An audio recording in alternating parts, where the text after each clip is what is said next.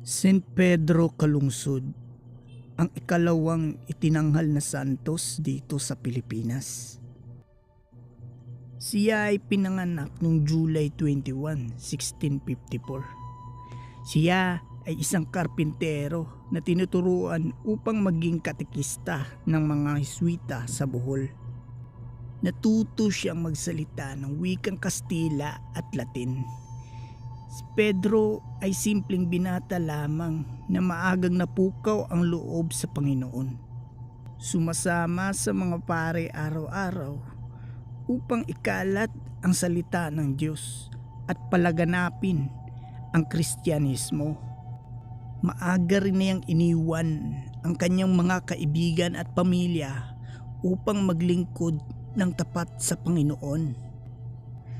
Noong June 18, 1668, ang Heswitang superior na si Padre Diego Luis de San Vitores ay tinanggap ang espesyal na tawag galing Espanya at nagsimula ng bagong misyon. Kasama ni Padre Diego Luis ang 17 na mga kabataan lalaki at isa na dito si Pedro. Sila ay magtutungo sa kanlurang Pasipiko sa mga isla ng Ladrones o tinatawag ngayong Mariana Islands. Sa Marianas Islands ay matatagpuan dito ang tribo ng mga Chamorro. Katulad din natin ang mga Chamorro na ang Pilipinas noon ay may mga sinaunang katutubo. Ang mga katutubo doon sa Ladrones ay nagmimistulang mga pulubi dahil mahirap ang buhay doon. Gawa ng palagi ang pag-ulan at pagbagyo doon sa lugar na iyon. Kaya nagmistulang kalbaryo para sa ating mga misyonero dahil ito ay napakahirap daanan. Maraming mga gubat ang kanilang nadadaanan na puno ng mga malalaking puno, malalakas na agos ng ilog, at palagi ang binabagyo. Nandito rin ang mga delikado at mababangis na mga hayop. Ngunit hindi ito naging hadlang para sa mga misyonero.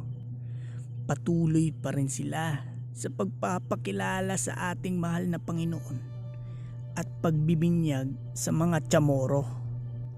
Umabot sa 3,000 Chamorro ang kanilang nabinyagan.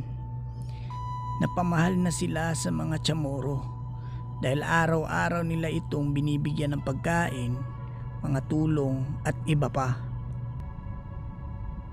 Isang araw ay aksidenteng namatay ang 2 batang Chamorro na may sakit matapos itong mabinyagan.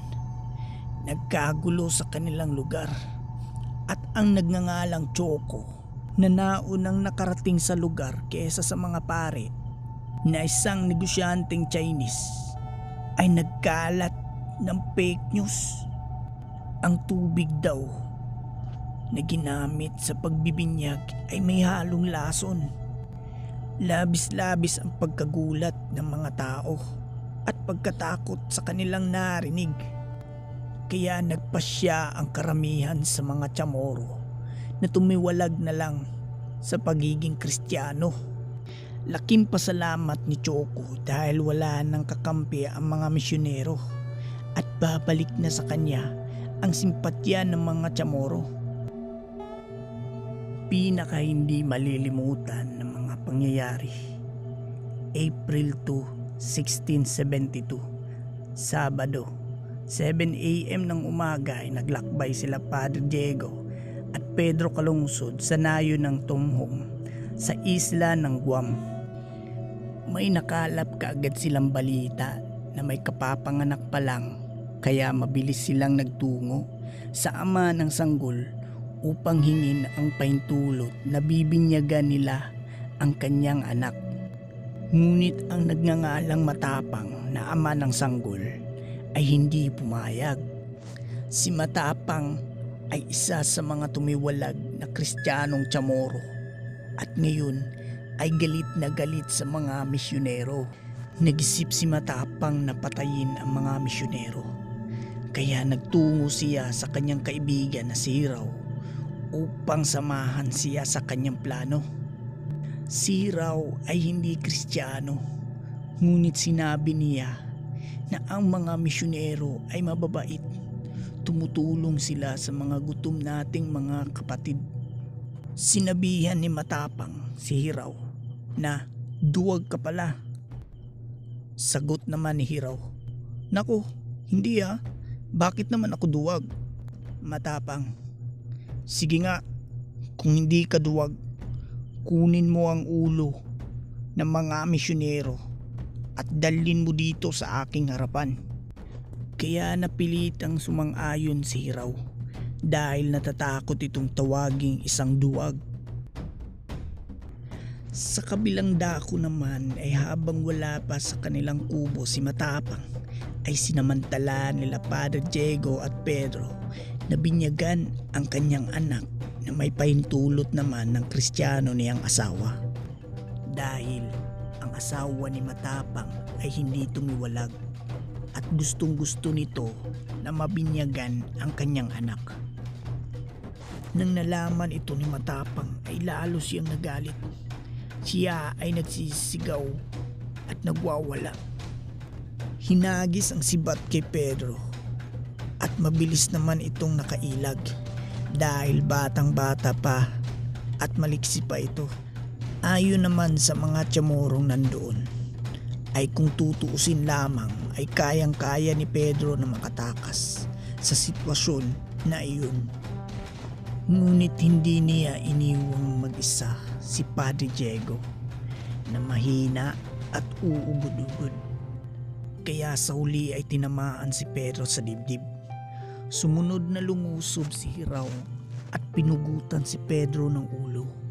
Hindi nagmakaawa si Padre Diego Luis. Sa halip ay sinabihan niya si Hiraw na papatawarin niya ito sa ginawa niyang kasalanan. Ngunit isinunod pa rin nila ang pari. Hinubaran at dinala nila sa karagatan ang labi nilang dalawa.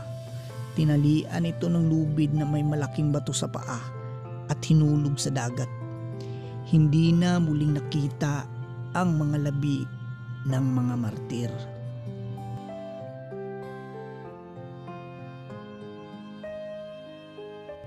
Sana naman po ay naging mabuting halimbawa si St. Pedro Calungsod sa ating mga kabataan ngayon na handang ialay ang kanilang buhay para sa ating Panginoon.